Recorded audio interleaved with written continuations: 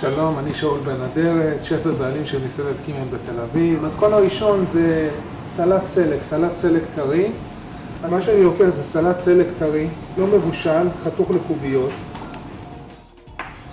יש כאן תערובת של כוסברה ופיטרוזיליה. מי שלא אוהב כוסברה יכול לשים נאנה. יש כאן שזיף מיובש, מגולען וחתוך. יש לנו כאן צנוברים כלואים. ויש כאן מרינדה של דבש תמרים, שמן זית, חומץ בלסמי, מיץ רימונים טיפה ומיץ לימון. סלט סלק זה איזה מין אנטיפסטי, זה איזה מנת פתיח.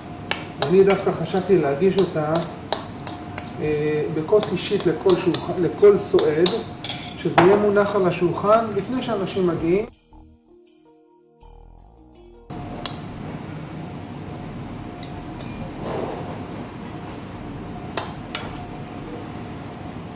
נקשט בעוד טיפה צנוברים. עשבי טיבול מיקרו זה ממש הקטנים לפני שהם גדלים, של בזיליקום, של עלי סלק, של כל סוגי התבלינים.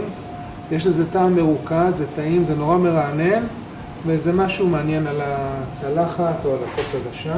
לכל אחד להגיש לפני שהאורחים מגיעים, עם איזה כפית אספרסו קטנה, אני חושב שאנשים מאוד ייהנו מזה. בתיאבון.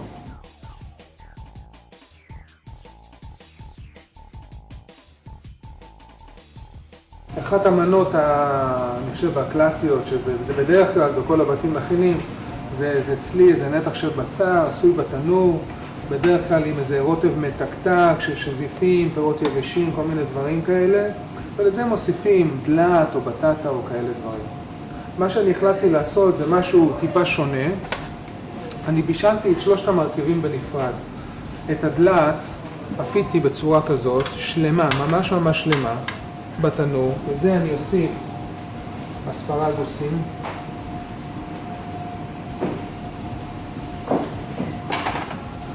תראו איזה יופי וכמה פשוט. סתם תוספת של איזה דלת ואספרגוס. תראו איך זה נראה. מנה עיקרית, צלי בקר. במקרה הזה השתמשתי במספר 5, יש בו מעט שומן, טיפת ג'לטין, 3 שעות של בישול, הוא יוצא מצוין. תראו מה אני עושה עכשיו. נתח אחד פרסתי, חתיכה פרסתי, ועל זה אני אשפוך את הרוטב לאלה שאוהבים את הרוטב. נתח אחד השארתי שלם, לאלה שאוהבים את זה בלי רוטב, בדרך כלל זה הילדים. רוטב בנפרד.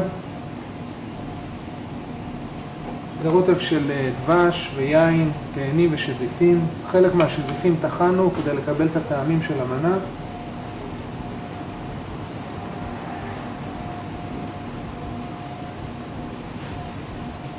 אוקיי.